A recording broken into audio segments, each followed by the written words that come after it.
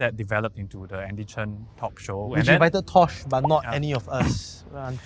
It's okay. Yeah, hey, man, no hard feelings. Not real. I think for real. Not real. I think so. Probably real. He appears maybe a little bit cocky, a little bit of arrogance. I think that's also why he got his roles in, like Little Nonya, where he was quite a despicable character. I only remember his YouTube channel. Any network? He's always posting stuff with his kids and stuff. Kind of that will actually bring out the kids very often and have fun with them. 我看他样子不会严格啦，老婆会严格点嘛，对不对？ What are your impressions of this guy? I've worked with him once. It was quite a wild episode. It was quite fun. Did he take off his shirt? Almost. Oh, okay. I see. I mean, I wouldn't complain if he did lah. Neither would I. I have, however, worked with him before on. I've been helping him with some English stuff recently. Yeah. So you tutor him? A tutor is a very strong word. I'm coaching him. Oh, coaching. Okay. I see. Nurturing a talent is what I'm doing. So a lot of one-on-one sessions. Whoa. We don't let his wife know about this, okay? So right now we're gonna dig deeper and find out if all these perceptions are real or not.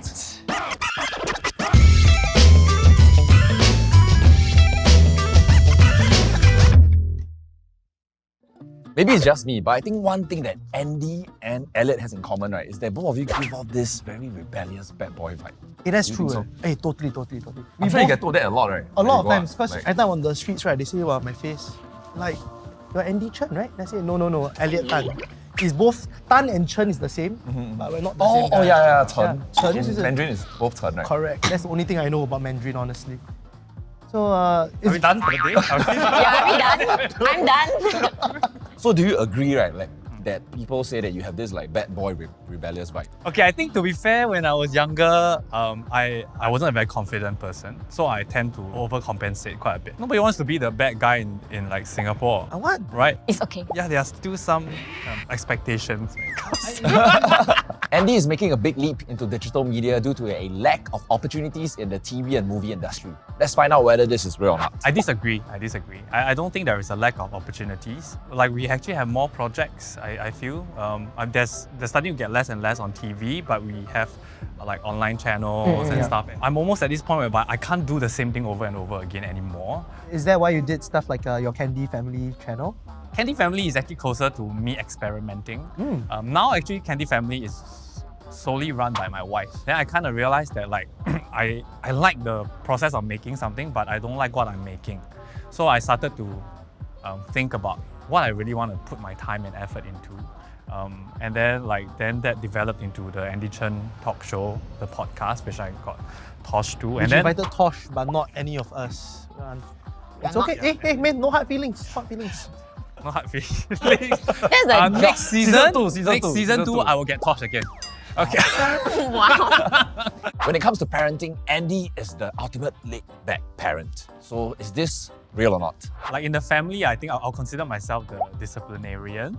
Really? Yeah, but I do like to give my kids a lot of space. To me, the key of parenting is that the parents actually enjoy the time with their kids. So nowadays, right, like there's a sign of like kids going to school way earlier. Like even when they are like maybe 18 months, 2 years old. 18 months. Yeah. Yes. You Parents actually are can so send your careful. kids to preschool.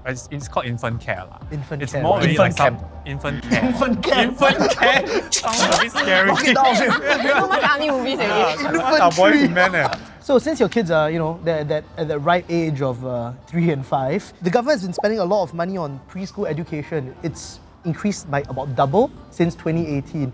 Are you doing anything to like bring your kids up in a like kindergarten environment? It sounded like it's going to be very complicated, right? Actually, you don't have to do anything. You just go to the school and then they will basically tell you like the different subsidy that might be available to you, and then like after you have the information, you know which one, and then you sign up, and then it's just all automatic. Okay, but do you know that right now, 1 in every 2 children, right, have a place in government-supported preschool? And then by 2025, right, 8 in 10 children will have a place in government schools.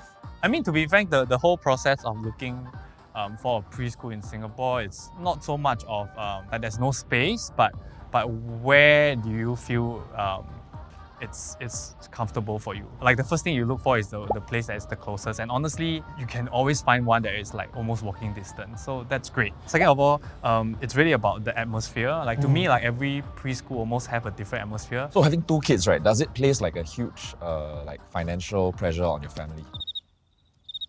Yes. School fees can range like quite a ridiculous amount. We actually went to look for private schools, like recommended by our friends and stuff. And then we went to school and we realized that the monthly fee was about 2,000. Between 1,600 to 2,000. The more well-known private schools, right? And that's for one kid. So initially I was like, maybe I should, like I should do it. And then I thought about it, like 2 years later, I'm gonna send Avery there, and then that will become 4,000 a month. And that's without anything else. And in my mind, I'm like, what if I have a third kid? And then, there's no way I could afford that. Then I went to look around and we actually found this NTUC preschool. Okay. And then the fees there, it's quite a lot cheaper, after subsidy, it's about 500-600 for me. What are these subsidies like for the preschools? I think mainly there is the working mother subsidy. If both parents are working, then you actually get that subsidy. There's also the baby bonus. As a true blue Singaporean, I have to ask, how much can I save with these subsidies? My working mother subsidy is about $300 per month. Right, and I know I'm not at the top tier, so different household, they can actually claim different amount of subsidy. No, but $300 is actually quite a big percentage if you look at the school fees are. Oh, that's true. It's Yeah. about half, right? If you're saying It's like about 5%. maybe a third. Wait, so it's 300 per month? Yeah, Oh, per month. every month. Yeah, it's not a one-time sum. Yeah, it's not a one-time sum. Yeah. It's every month you actually get that. So have you thought where to send your kids to for primary school? Primary school is a totally different ball game because it's really like they're starting to really study and do homework and stuff.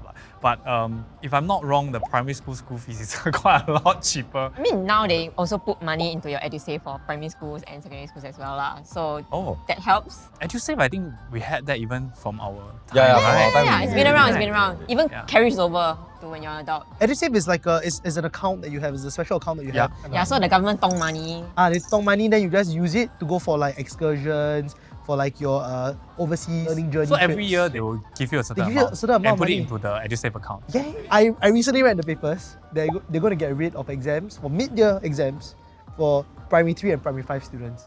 Actually, I've been keeping quite close tabs on that. I've always been against testing your kids too early because then there's too many factors already. And then now they are also introducing the subject-based banning. Yeah, which subject is banding, I'm yeah, I'm that's actually right. quite a big fan of. That is very cool. Yeah, so I remember when I was in school, my overall grades were decent, but because my math was bad, right, I got down everything. kind of demoted into like a really bad class. So just to be clear, subject banding is basically saying that you have different levels of a certain subject.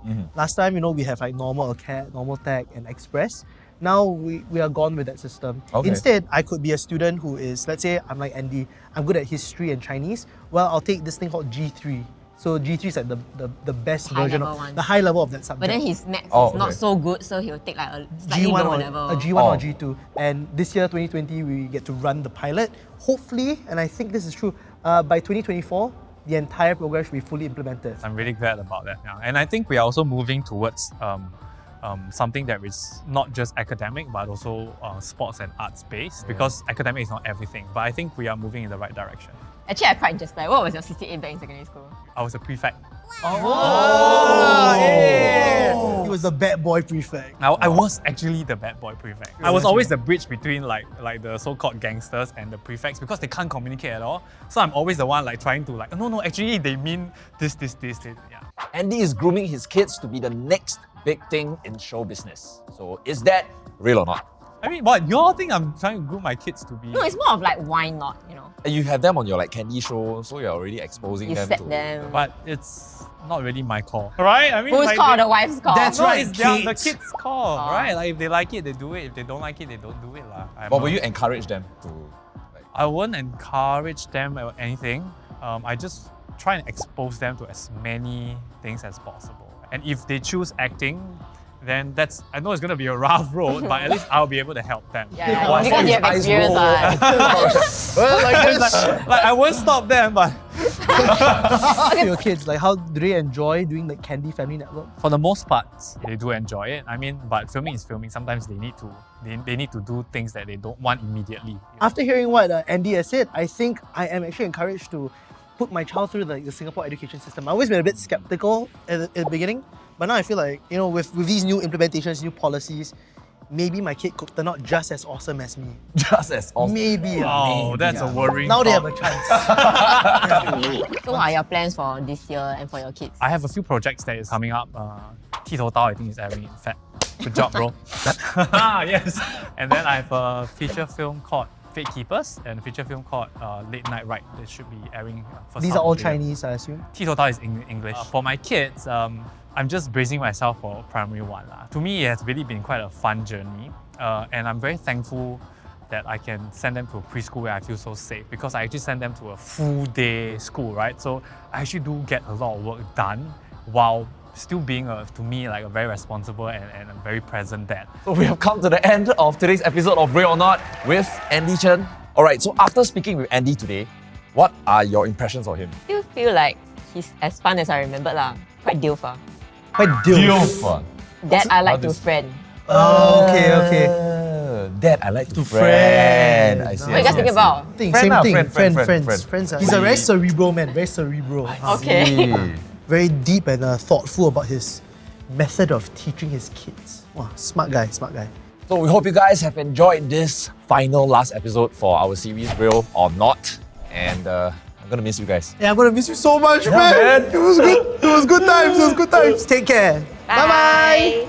What inspired you to start flying? Problems lor. Like I don't even know how to do artist management. Is Charlie a good kisser? Oh god. He says like one take is enough. You made her so uncomfortable earlier. I don't know who they are. I was just very angry. You just say she has no ass. Is Jessica the government of the house? Touch wood, nothing happened. Oh, they're very stuck up.